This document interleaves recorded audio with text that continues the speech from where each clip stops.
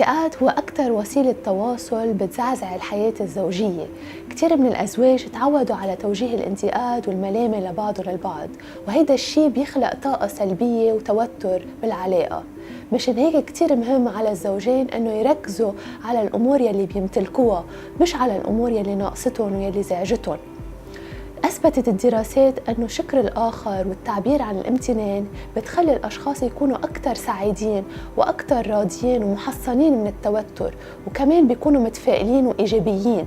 مشان هيك كتير مهم على الزوجين يبلشوا يشكروا بعض على كل الأمور يلي عم يعملوها، ويطلعوا بكل الأمور يلي بيمتلكوها من أولاد وبيت وصحة وغيرها من الأمور. سر الزواج السعيد هو لما الزوجين يكونوا عم يشكروا بعض على المجهود، التعب، الحب، الاهتمام والوقت، وكل شيء عم يعملوه لبعضهم البعض.